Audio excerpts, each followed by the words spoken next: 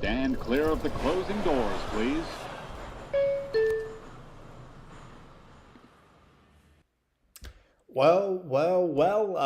Color me shocked. The New York Mets coming off arguably the most disappointing series of the season as they lose 2 out of 3 to the Nationals on Thursday. Head out to Atlanta in what I thought might be the axe on them this season. I thought that the Mets might even get swept by the Braves over the weekend. Just completely removing any hope or chances for the Mets to still make the playoffs here in 2025. And instead, pleasantly surprised as the Mets bats absolutely erupt for 21 hits, 12 runs, a 3-hit game, including 4 RBIs and Juan Soto's 32nd home run, a 3-hit performance from Cedric Mullins with 2 RBIs, including a triple, and another 3-hit performance from Francisco Lindor. It seemed every inning the Mets had men on base, they had men in scoring position, they were bringing them in, and all of that while Nolan McLean was just carving up the Braves lineup in his second career MLB start. Gives up just 2 runs,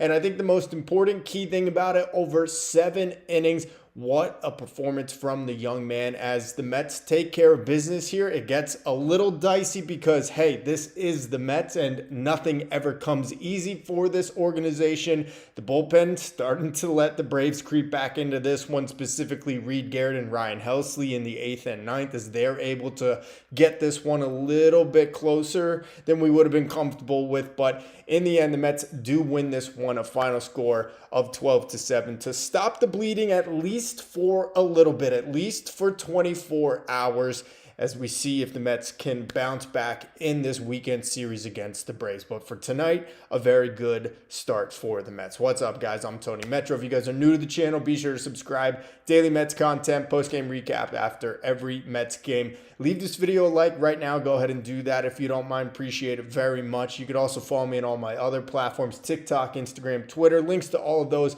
in the description below of this video.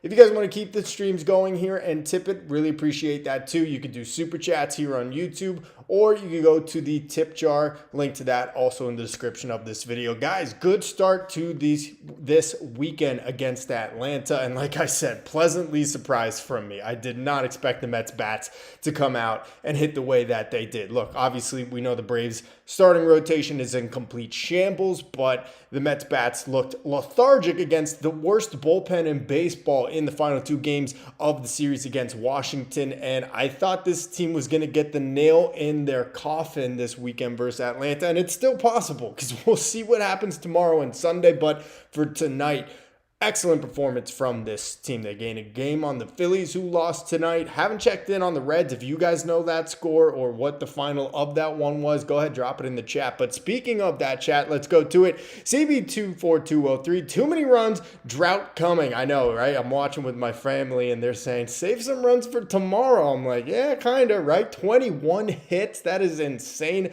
I'm going out on a limb and going to say that's probably the season high total for the Mets in a single game. 21 hits, right? So really, really impressive performance. And you can see it here down on my graphic. Mullins with 3 hits, Lindor with 3 hits, Soto with 3 hits, including a home run. Even Tyrone Taylor and Hayden Sanger getting in on the action. Not much of a day for like Pete Alonso. Obviously no Brandon Nimmo in the lineup. So wow, contributions from pretty much everybody. The main guys that you would normally think to contribute to this team and help them score runs, and then just a bunch of Tyrone Taylor and Hayden Sangers and Cedric Mullins, who hasn't done a whole lot since coming over from Baltimore in the trade. Really impressive performance. Polar Pete, the Mets should have went first DeGrom or some sort of star. Should have went for I don't know what you're saying here. For DeGrom or some sort of star pitcher with 1 or 2 years left on his contract. Yeah, I guess you could argue that for sure. I mean, that would have been nice. A guy like DeGrom obviously still has a contract and would have probably been expensive. Plus, DeGrom is pitching for the Rangers, who are in a hunt for a playoff spot. But yeah, that would have been nice for sure. Jimmy James C says, nice, much needed win, though Helsley is still horrendous. Guys, I don't know what's going on with Ryan Helsley, man. It's like he put on this Mets uniform and he forgot to pitch. I do not know what's going on. I don't know if he's a Midwest guy and he just doesn't, find it like he can thrive in New York or something. I mean, look, he's pitched road games and not pitched well. I just don't understand why Helsley has been so bad. I want to keep this stream positive, but it is impossible to ignore how bad Ryan Helsley has been, to the point that the Mets ended up having to get Edwin Diaz up in the 9th inning there. I mean, that's just ridiculous. A game that was 12-2 entering the 8th inning. Reed Garrett gives up 2 runs in the 8th and then 3 more off of Ryan Helsley. It's just insane how bad Ryan Helsley has been. But I want to keep it positive, like I said, but definitely can't ignore the issues that Ryan Helsley and Reed Garrett had tonight and have had of lately for this team. And they got to get right. They have got to get trending back in the right direction because, I mean, geez, I didn't think that once it was 12-2 and even when it got closer, the Mets were going to blow this game. But you blow that game when it's, say, 7-2 or 8-2, all of a sudden we got a whole different bag of worms we got to go through. Can of worms, you know what I mean. CB2403 matched our season high hit total. Thank you for telling me that.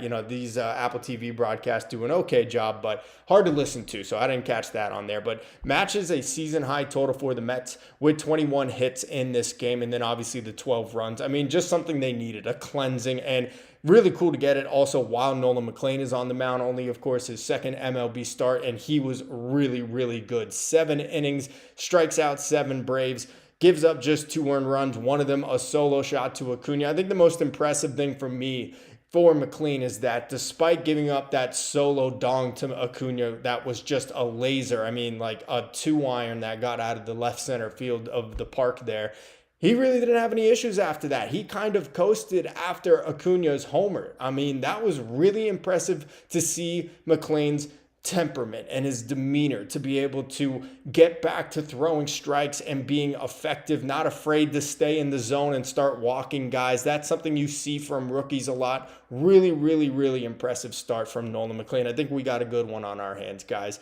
Awesome to get 7 innings from him as well. Really happy with what we saw from McLean tonight. Armand says, bro, better get the call up. The rotation needs it. Help Peterson and McLean. It's pretty much Peterson and McLean at this point because you can't count on Senga, really. You can't count on Sean Manaea, really. And then obviously the issues we've been having with Clay Holmes as well. So I do think it's possible Sproat gets the call up. I saw an article today saying that he's done everything he's been asked to do. He's made the improvements, and he is getting himself closer and closer to getting a look for the Mets. So I would not be surprised if we see Sproat pitching for the Mets during this 16 games and 16-day stretch that they are in. I had previously said it might be Montas just for roster management's sake, but at this point, every game is so important, and you got to put the best available pitcher on the mound. You got to put the best available guy in the batter's box. So I am all here for Brandon Sproat getting a start. Armand says Reds lead D-backs 2-1 top third. Okay, that one's early. They're on the West Coast. Close game still, so we will monitor that. Hopefully, Reds lose tonight. Mets can go a game and a half back up on Cincinnati. And then, obviously, we know the Phillies blew their lead in the 9th inning with Yohan Duran on the mound. So the Mets gained a game on the Phillies in the NL East. But not looking too closely at the National League East until we get a little bit, closer to them in terms of the division. So we will see. But hey, how nice would it be to at least pick up 2 games this weekend before facing off with them for that 3-game set at Citi Field? Absol says Mets were up 12-2 in the 8th and final score was 12-7. Sad bullpen we got. If this was a close game, Mets would have got spanked. Yeah, I mean, it's true. Sometimes guys that are used to being high leverage relievers just don't perform well in low ones, and I am not making excuses for Reed Garrett or Ryan Helsley because that was pathetic. That was embarrassing for those 2 guys, but sometimes that is the case. I don't know if that's the case here tonight for Ryan Helsley. Helsley has obviously just been a disaster since the Mets acquired him at the deadline. He is not someone that seems like he's cut out for New York, for sure. So I don't know. We will see, but they have got to get him right if they want this supposed super pen that, we were promised from our acquisitions at the deadline. And then with Reed Garrett, I don't even know. D-Rail says, good evening, Tony. What's up, D-Rails? How you doing, man? Appreciate you checking in. I hope you're feeling good about this dub tonight, bro. That was a fun one. That was a fun one to see. Again, it felt like a cleanse kind of, to have the hit barrage that they got. Match the season high total for a single game. 12 runs, 3 hit games from 3 different players in the lineups, even getting the contributions from Tyrone Taylor and from Hayden Sanger. That was awesome. And to do it all while your rookie stud is on the mound and pitching 7 innings of 2-run ball, that was a really, really fun game. Again, not saying the season's back on. Don't get me wrong. Not saying that by any means, but this is a nice start. Let's see where it goes from here. Let's see how the rest of this weekend goes, and who knows after that. Absol says, relaxed day for Frank the Tank. Yeah, Frank the Tank is chilling right now. He's probably not getting a whole lot of views, though. That's the problem, because he's not freaking out, right?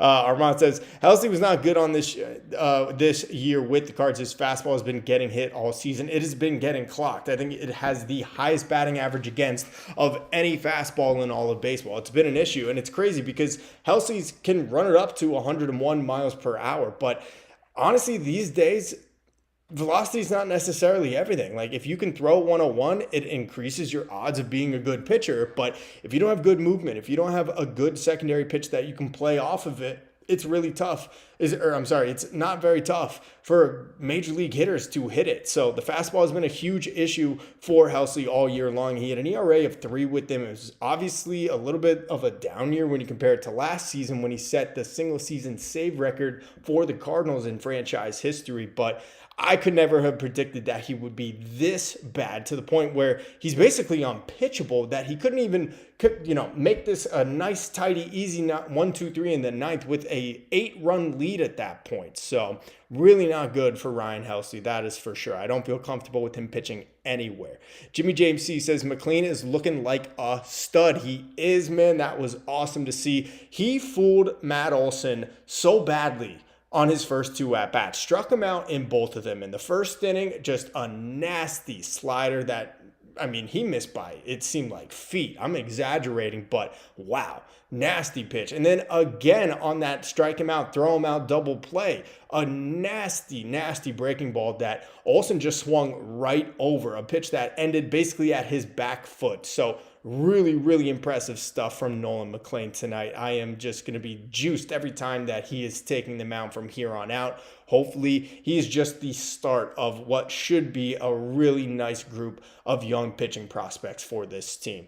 Armand says, Absol says, only one game, they need to show me more. I am 100% with you, Absol. I need to see so much more. I need so much more. And I'm not going to say a sweep of the Braves and a sweep of the Phillies. I'm done doing that. I said that about the Nats. They lost that series. Let's see what happens now. Let's see. How do they come out tomorrow, right? Do they get a couple of hits the first few innings and strand runners in scoring position? And do they get another poor start out of the rotation where they barely go 5 or 6 or can't even do that? Like, what transpires from here? That will dictate how I feel about this team. One win is not going to do that, no matter how many hits they had, no matter how good Nolan McLean looked in his second career start. So I am totally 100% with you there.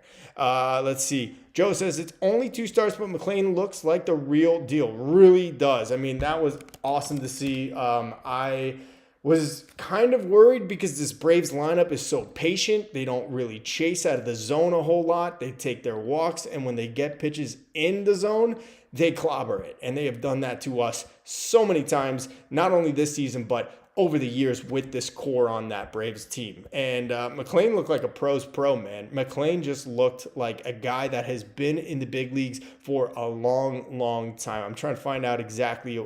94 pitches, 58 of them were strikes for Nolan McLean. Just really, really good stuff from McLean. So he ends up with that final line of 7 innings, strikes out 7 batters, gives up 3 hits, I believe it was. 4 hits and no walks. That's honestly one of the other most impressive things about McLean. Great command of the zone, not afraid to stay in there, not afraid to challenge hitters. And that's why I say it feels like a guy that's been in the big leagues forever, a guy that has been a veteran anchor in a rotation of a team for so long. And it is something you can't teach. So love the mound presence, love the demeanor.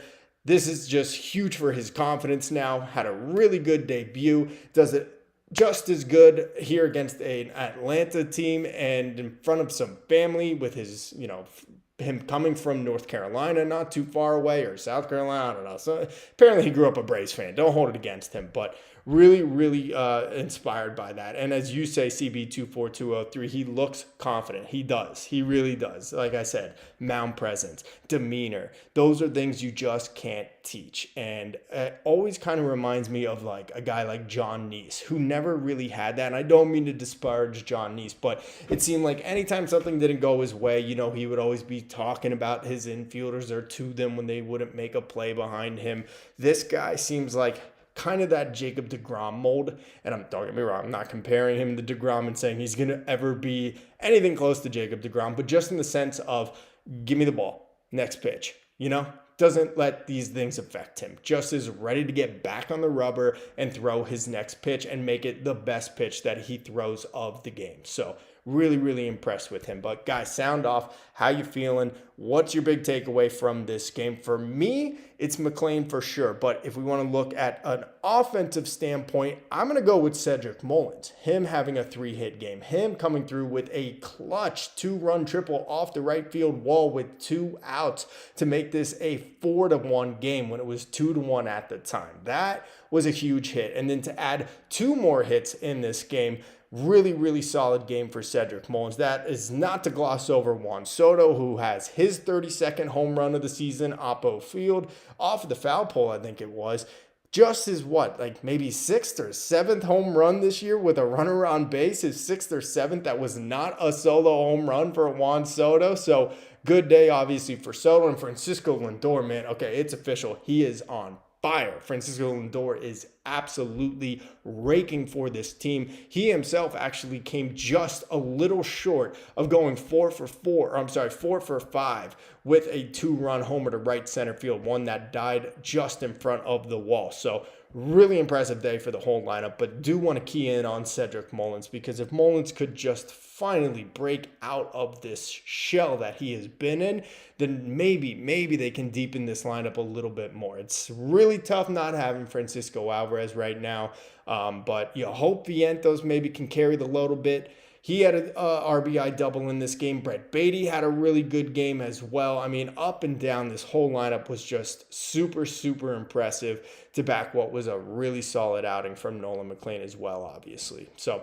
sound off though, guys. How do you feel? Biggest takeaway for you guys in this game. Let's go through the box score really quick. I've already talked about many of them, but 3-hit game for Soto. Also draws 2 walks, so he was on base 5 times. Crazy. OPS is just skyrocketing for Juan Soto. Hey, don't look now. Francisco Lindor's OPS all of a sudden is at 797, which, hey, I'm not trying to brag. I'm just saying, you get it over 800, maybe that's all you need to see to continue taking off from there. We need it over that 800 hump, right? We wanted it at that 820, 840 mark for Francisco Lindor. That's kind of where we think the benchmark should be for Lindor. Starling Marte obviously making the start with Brandon Nimmo still out with neck stiffness. That's obviously a bit of a concern. Hopefully Nimmo's going to be okay, but now 2 games in a row, and that after being removed from Wednesday's game in the first inning. So obviously not great news on Brandon Nimmo. Hopefully he will get things turned around, but Marte 1 for 5 with an RBI in his place. Pete, 1 for 6. Yeah, not a great day for Pete by any means. Obviously, not a big deal. We didn't need it from him because the rest of the lineup came through, but really, really good day for Brett Beatty. 4 hits. I think that has to probably be Brett Beatty's first 4-hit game of his career. Somehow, none of them bringing home any runs. No RBIs in this game, but 4 for 6 for Beatty, now hitting 249 on the year with a 750 OPS. So Brett Beatty quietly doing it. I mean, it's kind of been a 3-week run that he's been hot. Like I've said, we've seen this before. I need to see it for longer than just 2 or 3 weeks. If it goes into that, 2 or 3 week slump after this, then hey, it'll be just like we've seen from Brett Beatty throughout the rest of his major league career. But really good day for Beatty and building on what has been a really strong couple of weeks for him. And then how about this? Tyrone Taylor, 3 for 5. My man, pots and pans. Tyrone Taylor, if anybody needed it more than him, it was that guy. Taylor finally coming through. Love to see it for him. So great day for the lineup, obviously. Really, really fun. CB24203 says they just really need to sweep this series and build some momentum. 100% they do. And I'm not going to say, hey, sweep or the season's over. I do feel that way, but a sweep would definitely go a long way toward getting them back on track, especially you picked a game up on the Phillies tonight. If the Phillies lose one more game this weekend while the Mets win one more game this weekend, they take 2 games back, right? They're 2 games back closer to Philadelphia with 3 right in front of them against the Phillies at Citi Field. And the entire division standings could flip like that in the second and just so quickly for this team. So hopefully the Mets can take care of business here against Atlanta, something that we know they couldn't do in Washington. Winning the first game of the series, then losing the last 2. Does that sound familiar? Hopefully that will not be the case this week at Truist Park in Atlanta. Guys, go ahead, leave this a video like if you have not already. Really appreciate that. It is going to be a very short stream here tonight. I appreciate all you guys. It's late on a Friday. Got some family here that I'm visiting, so I'm going to get back to them here, but let me go through some more of the comments here. Edward, Christian, Aquan, having a long weekend. It's a good weekend start seeing the Mets blow out the Braves today. McLean is looking so good right now. Props to our 4 through 9 hitters in the batting order. Bats are hot right now, and I hope Lindor stays hot. Lindor is just scorching hot, red hot, however you want to say, whatever hyperbole you want to use to describe Francisco Lindor. He is killing it right now. So happy to see him doing that. Juan Soto, for the most part, has been really, really good lately. Pete's been a little up and down, obviously, but still really, really happy with the lineup today. Obviously, you get 21 hits, you match a season high for a single game hit total. You're going to be pretty satisfied with it. And even getting some, really good performances from some guys that you never really would have expected to get them from in Hayden Singer and Tyrone Taylor. And then even throw Cedric Mullins into that mix as well. So great day for them. Edward also says, all they need to do right now is for our arms, specifically starting pitching, to have quality starts. The bats are coming together lately, and we just need our arms to throw better. Mendoza also needs to be better. Well, I'm only going to stop you on one point of that and say the bats are hot. I'm not sure about that. Only because, yes, they come out, they get 21 hits today, they score 12 runs.